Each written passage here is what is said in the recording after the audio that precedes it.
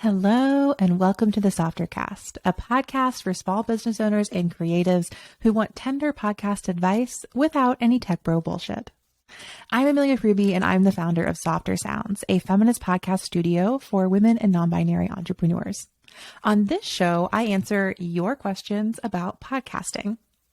Today's question was submitted by my friend and Softer Sounds client, Stephanie Graham of Nosy AF Podcast. Shout out to Stephanie. She reached out and asked me, should I put my podcast on YouTube? And how do you record your show for YouTube? Tell me all your secrets. So in today's episode, I'm going to talk about the new question. Last episode was an age-old question. Should I start a podcast? Today is a new age question. Should I put my podcast on YouTube? To video podcast or not to video podcast? That is the question. So let's start by talking about why everyone is suddenly talking about video podcasting and putting your podcast on YouTube. Well, a lot of this is coming out of the podcast industry itself. So in fall of 2021, YouTube hired their first full-time hire, as far as I know, to oversee podcasting efforts specifically. So in fall of 2021, YouTube makes this full-time podcast hire. And then in spring of 2022, they shared an extensive presentation on their podcasting plans with Pod News, the kind of podcast industry news source. And over the summer, as this news spreads that YouTube is getting into podcasting, over the summer of 2022, I started to see podcast hosting platforms create a lot more content about putting your podcast on YouTube. In fact, when I did a quick Google search to try to find these things, I remembered seeing, you can really tell that all of these major platforms all publish posts called How to Start a Podcast on YouTube. They're all the same. Literally the names are How to Start a Podcast on YouTube 2022 from Buzzsprout, How to Start a Podcast on YouTube in 7 Steps 2022 Guide from Riverside, How to Start and Upload Your Podcast on YouTube from Castos. So we see some of these major podcast hosting platforms and recording platforms start to talk about how to start and upload your podcasts on YouTube because of this announcement from YouTube itself that they're going to start putting a lot more money and resources into podcasting and into having podcasts on YouTube. So I think that's creating a lot of buzz that's bringing more and more podcasters to me, my clients, my friends, asking if they should be putting their podcast on YouTube. It's probably why you're listening to this episode, thinking to yourself, should I put my podcast on YouTube? I think there are 2 other factors that are kind of lending themselves to this. One is that more and more remote recording platforms have video capabilities. So a lot of people are recording on Zoom, which is obviously a video call platform, but you've got much more accessible platforms now like Zencastr and Riverside. They're being launched all the time where when you're recording there, they can also capture high fidelity video. So I think a lot of folks are seeing this video is being recorded. I have it. Should I put it somewhere?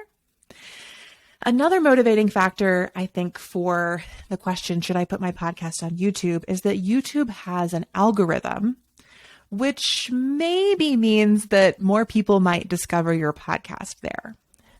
Podcast discovery is challenging.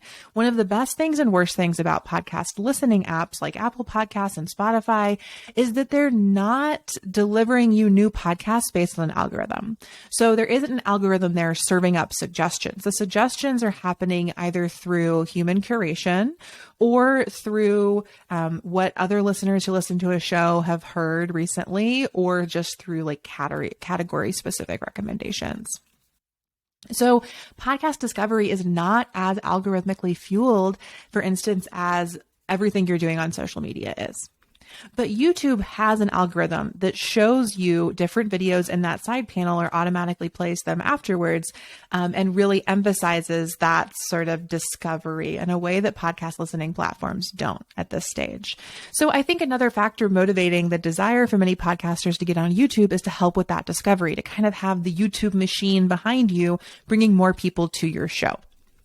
Now, if you're familiar with me or my work on Off the Grid podcast, you know that I am very skeptical and critical about algorithms. The YouTube algorithm in particular has been shown to radicalize viewers on the site.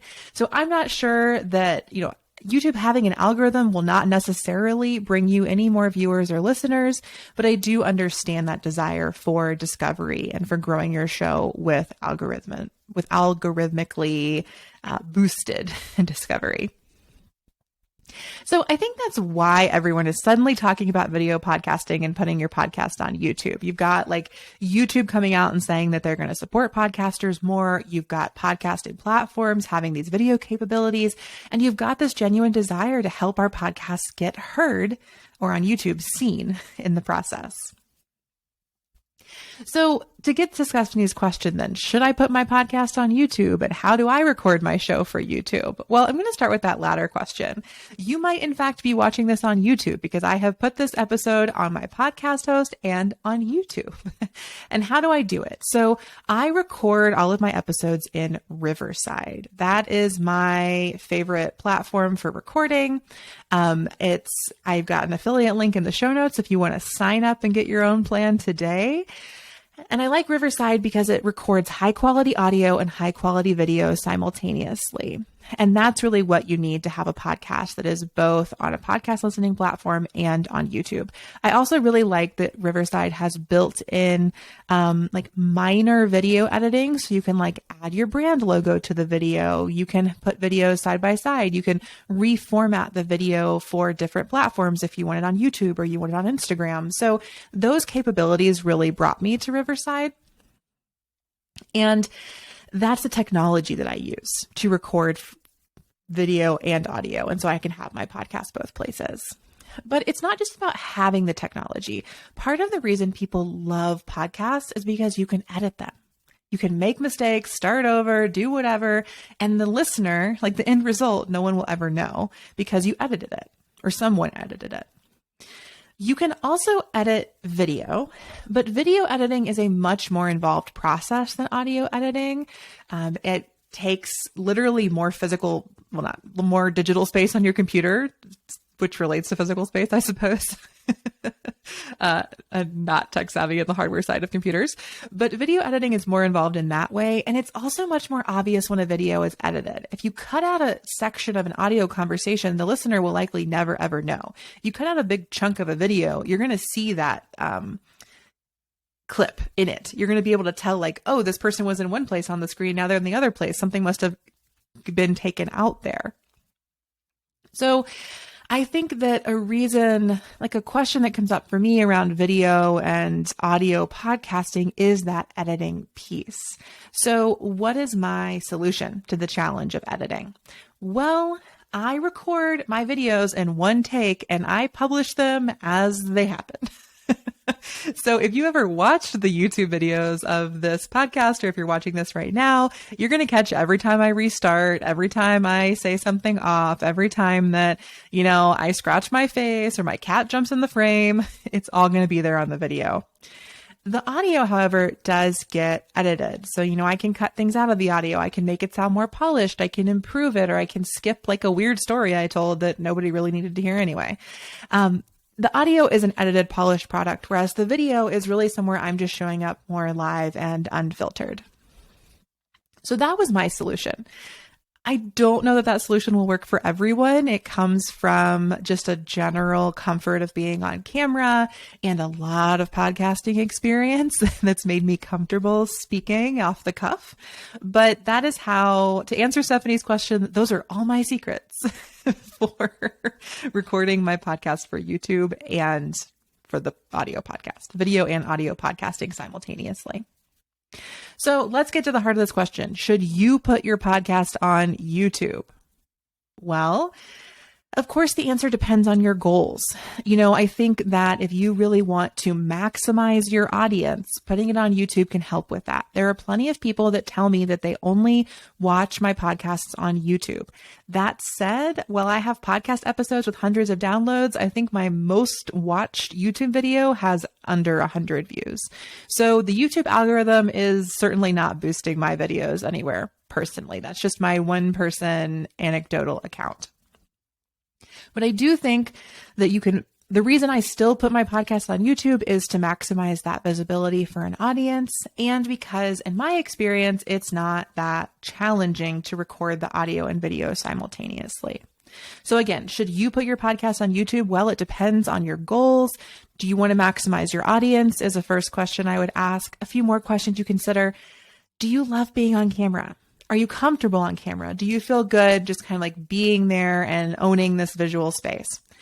Do you have a camera ready space to record your show? So one of the reasons people often like podcasting is because you can do it in bed. You could do it in your closet. Sometimes you need to record in the not the prettiest spaces because that's where you're going to get good audio quality. So do you have a camera ready space to record your show where you can still get good audio quality? That's another question I'd ask when considering if you want to put your show on YouTube. And then finally, do you have resources for audio and video editing? Because your show might require that. Either you need to be really comfortable with that one take going up on the internet, or you need to have resources for video editing that can adjust that for you. I would also say, if you do want to maximize your audience, that first question I asked, you probably want a video editor who could make your videos much cooler and flashier than the sort of like one take recorded on my MacBook Pro version that I'm doing of this. Because YouTubers are on their A game, y'all. And there are so many amazing YouTubers out there and they are editing their videos. So if you really want to grow a YouTube audience, then I think that you want to be thinking about how your videos can be more edited and a little flashier than my approach. So at the end of the day, should you put your podcast on YouTube? I'll tell you what I tell my clients. This is like the expensive advice for free. It's not really expensive. I'll tell you this. I tell my clients this. I think you should only put your energy into putting your show on YouTube if you plan to also invest time in YouTube strategies. So if all you're doing is what I'm doing, throwing up that MacBook one take recording, probably not going to see a lot of return on that. But if you really want to grow your audience and you're willing to both work on your podcast marketing strategy and your YouTube marketing strategy, then let's do it. If you've got the energy for that and audience growth is a priority, let's go. I'd love to see you on YouTube and in my podcast app. And if you're like me, you just like to be on camera and look at your face while you record and you're happy with just putting that on YouTube as it is, great, put it on YouTube. Let's do that too. Check out the link in bio or below in the YouTube video for my Riverside affiliate link. Get yourself in there and start recording video and audio together today, or just start practicing. See if you like it and you can always go from there. That's it for today's episode, where I have once again gone longer than my promised less than 10-minute episodes. I hope that you enjoyed this episode. If you did, please subscribe in your favorite podcast listening platform and share it with a friend. And of course, you can head to softersounds.studio/softercast for show notes and free downloads for podcast beginners and pros. We've got a great podcast launch toolkit if you're just thinking of launching a show. And we've got a really helpful 3-step podcast audit if you're looking to improve your current podcast and make it even better. I guess that's what improve means. Improvement all around, but with the Softer Sounds tender approach. We'll be back in 2 weeks with another podcast answering your questions. You can submit those via email to hi@softersounds.studio or on SpeakPipe at speakpipe.com/softercast. Can't wait to see you on the softer side of podcasting. Bye.